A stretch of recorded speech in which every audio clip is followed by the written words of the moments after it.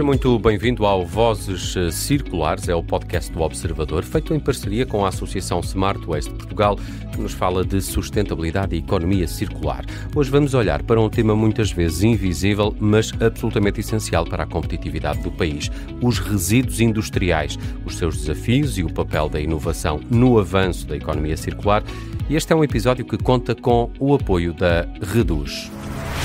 Connosco estão Carlos Benta, administrador da Reduz, e também Fernando Castro, professor catedrático da Universidade do Minho. Muito obrigado aos dois por terem vindo ao Observador. Carlos, começaria aqui por si e pelo princípio para tentarmos uma definição de resíduos industriais. Do que é que estamos, afinal, a falar quando falamos de resíduos industriais? Antes de mais, queria agradecer à Smart Waste de Portugal e à Rádio Observador por esta oportunidade. Essencialmente, quando estamos a falar de resíduos industriais, estamos a falar de desperdícios de matérias-primas utilizados na produção de produtos novos, por exemplo, sapatos, onde é que temos normalmente restos de borracha, restos de tecidos, restos de couros, entre outros. Roupas, onde é que também temos normalmente tecidos, restos de linhas, cartões e resíduos de plástico. Também na produção de viaturas novas, de automóveis, também temos restos de metal, restos de plástico, restos de compósitos, restos de componentes. Estes desperdícios e estes restos é que dão origem aos chamados resíduos industriais, que temos que depois tratar. E temos que tratar de uma maneira um bocadinho diferente, já vamos perceber ao longo deste episódio. Fernando, podemos também classificá-los como resíduos não urbanos, são Sim. Resíduos industriais. A responsabilidade pela gestão destes resíduos não urbanos, pelo que percebi, cabe ao produtor. Do ponto de vista académico, regulatório, porque é que esta responsabilidade direta é tão importante para garantir boas práticas e evitar impactos ambientais que sejam maiores, não é? Em primeiro lugar, eu penso que é inevitável que seja assim. Digamos, não poderíamos ver um outro modelo diferente de gestão dos resíduos industriais que não fosse a responsabilidade ser atribuída ao seu produtor. A alternativa seria ser o Estado, mas não penso que faria sentido serem todos a pagar, digamos, os custos da gestão, quando de facto só alguns é que estão a produzir esses resíduos. E por outro lado, isso obriga, ao ter essa responsabilidade, obriga a empresa ou o empresário a encontrar soluções, quer para do ponto de vista ambiental, mas também do ponto de vista económico, poder ser competitiva e sustentável em termos, digamos, de futuro. E, portanto, eu vejo que não há outra alternativa, é este modelo que nós temos que ter. Da parte do Estado, apesar de tudo, há aqui um papel importante. Digamos, o Estado não pode, ele próprio, criar entraves ou criar barreiras a essas iniciativas que, eventualmente, os industriais possam vir a ter. Porque, muitas vezes, o industrial até tem uma solução técnica disponível, que estudou, que até investiu para encontrar essa solução, mas depois, quando tenta implementá-la na prática, vai encontrar um conjunto de barreiras que são, de facto, um entrave muito grande à economia circular. Já vamos falar um bocadinho também dessas barreiras, mas, Carlos, de facto, a economia circular ainda enfrenta aqui algumas dificuldades no setor industrial, os custos, a falta de soluções, por vezes, e também a burocracia. Quais é que considera, Carlos, que são quais são os maiores entraves para que a economia circular avance mais rápido? Em primeiro, precisamos de mais empreendedores que queiram entrar neste mundo da economia circular. Com mais empreendedores que tenham mais vontade de explorar os nichos de negócio na economia circular. Há aí uma oportunidade também. Há aí uma oportunidade que pode gerar mais valor, e não só ambiental, mas também económico, para quem quiser desenvolver esse tipo de atividade, e que também Portugal precisa, para poder resolver a solução de alguns resíduos de mais difícil tratamento. Também se devia simplificar mais a legislação para que todos a possam compreender, possam também executar e cumprir, e não ser uma legislação confusa e dispersa, que é o que acontece muitas vezes na legislação ligada aos resíduos e ao ambiente. Também devia-se fazer maior investimento em unidades dedicadas a tratamento de resíduos específicos, tecnicamente avançadas, tecnologicamente avançadas, em que tivessem uma forte vocação para a colocação de matérias-primas novamente no mercado, para depois voltarmos a fazer novos produtos. Devíamos também ter em conta em que estas unidades dedicadas deviam ser também espalhadas pelo país, para não serem concentradas num só local. Fernando Castro, esta legislação, claro, tenta proteger a saúde pública, tenta proteger o ambiente, mas por vezes, como aqui também já tocamos ao de leve, pode tornar o processo mais longo e mais complexo. Como é que este enquadramento regula, mas ao mesmo tempo condiciona esta inovação no setor dos resíduos industriais? Penso que condiciona bastante. Eu começava por referir que a legislação que temos é fundamentalmente a legislação europeia. Portanto, Portugal limita-se a transpor as diretivas e os regulamentos que a União Europeia aprova. E essa legislação tem um pequeno original, que é, olha para os resíduos como algo de diferente dos outros materiais. E isso é extremamente prejudicial quando a gente quer implementar soluções. Eu dou-lhe um exemplo que costumo dar em algumas conferências, que é, se eu for um produtor que tem o ácido sulfúrico que utilizo no meu processo e ao fim de algum tempo ele fica ligeiramente contaminado, eu já não posso usar mais.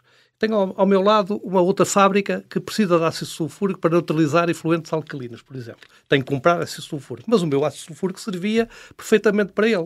Por que razão? Lógico que seria eu entregar o meu ácido sulfúrico para ele ter uma segunda vida, para ele não ter que estar a utilizar ácido sulfúrico novo e, portanto, ganhar aqui uma sinergia, que chamamos de uma sinergia industrial, em benefício económico, ambiental e até social. Tornar um resíduo num recurso? Num recurso, imediatamente. Isso não é possível fazer de uma forma imediata. Porquê? Porque o meu vizinho do lado tinha que ser um gestor de resíduos perigosos. Para ser um gestor de resíduos perigosos tinha que ter um estudo de impacto ambiental altamente complexo, ia ter todos os entraves imaginários para poder fazer essa operação e, portanto, na prática não o faz. Quando ele vai ver tudo que tem que cumprir para cumprir com a legislação e receber esse meu resíduo de ácido sulfúrico, ele desiste logo. Ele diz, não, isso não me interessa, então é mais barato comprar ácido sulfúrico novo. E eu vou ter que continuar a mandar o ácido sulfúrico para um CIRVER, eventualmente a centenas de quilómetros de distância, com custos muito elevados, sem qualquer vantagem ambiental, nem para mim, nem para o meu vizinho, nem para a sociedade. Quando muito, uma vantagem para a empresa que faz o transporte e para o CIRVER que recebe o resíduo e ganha alguma coisa com isso. Mas para a sociedade, no global, penso que é um prejuízo evidente. E, portanto, a economia circular não funciona aí porque a legislação, logo à partida, considera os resíduos algo de muito especial. Eu penso que não deveria. Só deveria-se considerar-se resíduo a partir do momento em que não há uma valorização possível. Mas neste momento não. Uma simples sucata de ferro é um resíduo. Coisa que isto criou há uns anos complicações enormes para as empresas de fundição e para a siderurgia, porque, enfim, estavam habituados a olhar para aquilo como matéria-prima, de repente tiveram que classificar aquilo como resíduo, licenciar-se como gestores de resíduos, etc. Esse é um ótimo exemplo. Carlos, vamos ser aqui um bocadinho mais concretos. Há resíduos industriais que são mais complexos. O Fernando dava aqui este exemplo mais prático do ácido sulfúrico, mas temos as areias de fundição, lamas, escórias, poeiras. Já há ainda assim bons exemplos da valorização destes resíduos ou da sua transformação em recursos? Sim, já é possível a incorporação de determinados resíduos, as areias, as escórias, na fabricação de novos produtos para a construção, como muros de contenção, bancos de jardim, floreiras, entre outros, né? Também já se utiliza de forma corrente o agregado, que é feito a partir das escórias da cirurgia, que é muito utilizado na pavimentação de fábricas, na pavimentação de espaços comerciais, nas estradas, nas camadas dos solos, nas bases, nas subbases. Portanto, já é um produto que se utiliza e já está devidamente utilizado em Portugal. Já estão a ser utilizados de forma forte e já está bem encaminhado. Também se faz já alguma valorização de lamas, em especial na melhoria dos solos agrícolas. Portanto, já se faz também alguma coisa nesse sentido. Afinal, ainda há bons exemplos. Estamos a caminhar, temos que acelerar o processo. Temos a que fazer mais. Temos a que fazer mais e mais rápido. Fernando, a investigação tem mostrado que estes materiais podem substituir recursos virgens em vários setores, que é um bocadinho esse o objetivo. Há aqui oportunidades científicas e tecnológicas que vê para que estas soluções se possam possam depois também, economicamente, financeiramente, se tornarem mais competitivas? Sim, estas soluções de incorporar este tipo de resíduos em materiais, por exemplo, construção civil, digamos, tem a vantagem que a construção civil gasta muitos materiais e, portanto, nós conseguimos... Consumo muito grande. Podemos escoar também quantidades grandes de resíduos e isso tem sido o objeto de muita investigação. Nós, em Portugal, temos muitos grupos de investigação a trabalhar sobre isso, nomeadamente, principalmente na parte dos dos cimentos, mas também dos polímeros, principalmente na parte dos cimentos e dos cerâmicos um pouco. Como exemplos bons, práticos, são aqueles que o Sr. Carlos Benta referiu. Efetivamente, temos as escórias da siderurgia, que é um bom exemplo, e temos pouco mais. E porquê é que temos pouco mais? Apesar de muita investigação, apesar de muita validação técnica. Por um lado, pelas dificuldades do ponto de vista legal que eu referi há pouco, mas também por outro lado, porque não há normalmente uma receptividade grande por parte das empresas potencialmente tomadoras de resíduos para receber resíduos. Muitas vezes dizem, isso não é um problema meu. Eu não quero ser a lixeira. Já ouvi algumas empresas grandes. É um problema cultural. Há aqui um problema cultural. Um bocadinho. Mas já ouvi uma vez numa conferência uma pessoa de uma empresa importante de construção rodoviária em Portugal a dizer nós não queremos fazer das estradas a lixeira de Portugal, que é uma asneira. Obviamente não seria esse uma o imagem objetivo. um bocadinho exagerada. Uma imagem exagerada. Mas dá-nos um pouco a ideia que algumas dessas pessoas pensam. Estão sempre à espera, digamos, de incentivos financeiros. Okay. Também passa muito por aí. E, eventualmente, aí o Estado podia ter uma posição mais proativa, nomeadamente naquela legislação que obriga a incorporar uma percentagem mínima de materiais reciclados na obra pública, era fiscalizar um pouco mais e definir melhor o que é que pretende com isso, porque é muito fácil um empreiteiro demonstrar que está a usar 5% de material reciclado, dizendo que usei aço. O aço tem... O betão tem ferro e o ferro em Portugal é tudo reciclado. E, portanto, não é propriamente isso, penso eu, que o legislador pretendia quando fez essa legislação. Portanto, é preciso aí, se calhar, melhorar um pouco esse aspecto. Alguma afinação. Carlos, temos aqui o caso, pelo que percebi, estive a ler, dos poliméricos mistos. Fiquei curioso para perceber o que são poliméricos mistos e, de alguma forma, que soluções é que a Reduz já propõe para o seu tratamento e reciclagem? Os poliméricos mistos são, na maioria, plásticos mistos, não é? Que a Reduz, sempre que recolhe, faz uma triagem com o objetivo da respectiva classificação por tipologia e qualidade, de modo que seja mais fácil a entrada deste tipo de resíduo na economia circular, dando origem a novas matérias-primas, que é o objetivo, para fazer novos produtos. Fernando, já aqui também ouvi falar de reciclagem química, também fiquei curioso com esta definição. Que reciclagem é esta e se ela já é usada em Portugal, como é que estamos também face a outros países nossos concorrentes no uso deste tipo de reciclagem e que reciclagem é esta? Vamos lá ver. Em termos de reciclagem de polímeros, a prioridade deve ser dada a tentar produzir de novo polímeros, diretamente. Plástico por plástico. Plástico por plástico. Nós temos o polietileno, fazemos polietileno. Isso faz já é possível. De forma corrente. Há várias empresas a trabalhar no mercado a fazer isso, mas isso exige que a matéria-prima, isto é, o resíduo de partida, seja suficientemente puro. E isso muitas vezes não é o caso. Muitas vezes não é possível. Muitas vezes nós temos resíduos, o Sr. Carlos Benta conhece muito bem, porque gera esses resíduos no dia-a-dia. Muitas vezes nós temos resíduos que têm espumas, que têm PVC, que contém cloro, que têm polietileno, policarbonatos, uma mistura complexa de resíduos que não são fáceis de separar por via mecânica. Alguma triagem pode sempre fazer, e é feita, mas depois nos fica um resíduo final onde nós não conseguimos separar. Então, reciclagem química, o que é que permite fazer? Permite fazer através de um processo de pirólise, isto é, um processo térmico em ausência total de oxigênio e a temperaturas normalmente relativamente baixas, 400 a 600 graus, permite produzir óleos que depois são um feedstock, são uma matéria-prima para a indústria petroquímica. Em vez de estarem a usar o crude, produz óleos que têm composições muito semelhantes ao crude que é explorado da natureza e que permite fazer novos óleos lubrificantes, eventualmente novos combustíveis, portanto, digamos, dar uma segunda vida em termos químicos. Esta é a prioridade, digamos, da União Europeia neste momento. Em Portugal, se me pergunta o que é que se faz, eu sei que existe uma empresa na Zona Centro que diz que está a fazer alguma coisa, eu não conheço o caso concreto, nunca visitei, tenho conhecimento de uma empresa no Norte que fez um investimento bastante grande numa unidade de reciclagem química de plástico, mas fez isso no ano 2000 e estamos em 2025 e ainda não conseguiu arrancar porque ainda não teve as autorizações necessárias para o fazer. Portanto, são muitos anos. São muitos anos. E as quantidades de resíduos que existem são gigantescas.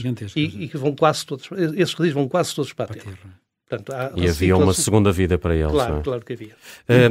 Carlos, os avanços tecnológicos, nomeadamente no que toca à mobilidade, são sentidos nos últimos anos, o aumento dos carros elétricos. Isto traz novos desafios no tratamento e reciclagem dos componentes destes veículos e, olhando assim à cabeça, lembro-me logo das baterias, não é? Sim.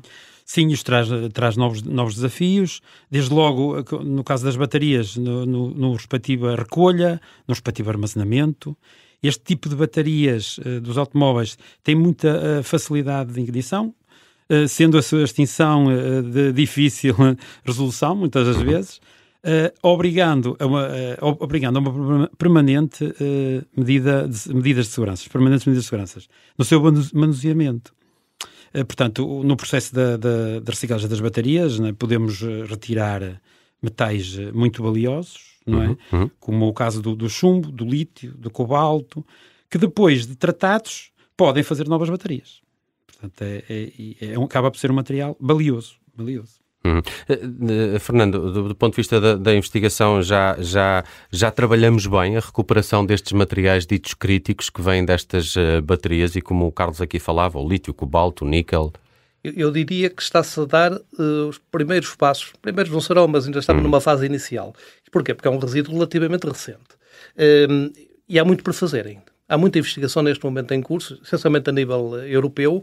A União Europeia está a financiar vários projetos nesta área. Porquê? Porque todos estes materiais são críticos para a Europa. A Europa não os tem, ou tem muito pouco deles a nível mineral. E, portanto, se quer continuar a ser competitiva, não pode estar sempre a comprar estes materiais aos chineses, porque numa situação de um conflito, ou uma situação mais complicada do ponto de vista geoestratégico, os chineses podem dizer que não nos vendem, como tem já ameaçado com as terras raras para os Estados Unidos. E, portanto, nós temos de ser independentes. Para sermos independentes, temos que ver onde é que nós temos os minérios destes metais. Os minérios estão nos próprios materiais. Estão nos materiais que nós produzimos e que vão ser resíduos daqui por alguns anos, e alguns já são neste momento. E, portanto, a Europa tem apostado forte.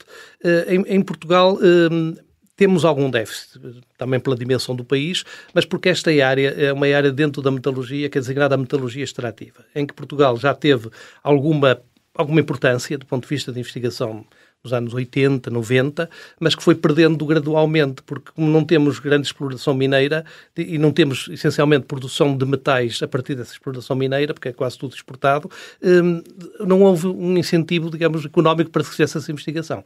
Portanto, hoje podemos dizer que se contam pelos dedos de uma mão. Há um grupo aqui em Lisboa, no LNEC, há algumas pessoas a nível isolado na Faculdade de Engenharia do Porto, eu também, na Universidade do Minho, mas somos muito poucos. Portanto, não há, digamos assim... Pode haver uma massa crítica, mas comparado com aquilo que é feito a nível europeu, obviamente que estamos em grande desvantagem, mas vamos dando o contributo que for possível dar. Era importante essa aceleração, porque isto são materiais que estão na ordem do dia e estão cada vez mais presentes também no nosso cotidiano, como, por exemplo, através dos carros elétricos. Carlos Benta, Fernando Castro, muito obrigado por terem vindo ao Vozes Circulares. Esta foi uma conversa sobre os desafios e as enormes oportunidades, também já percebemos, associadas aos resíduos industriais, e a circularidade não é apenas uma exigência ambiental, é um fator de competitividade, de inovação, de resiliência para a indústria portuguesa, como também aqui percebemos neste episódio, que contou com o apoio da Reduz.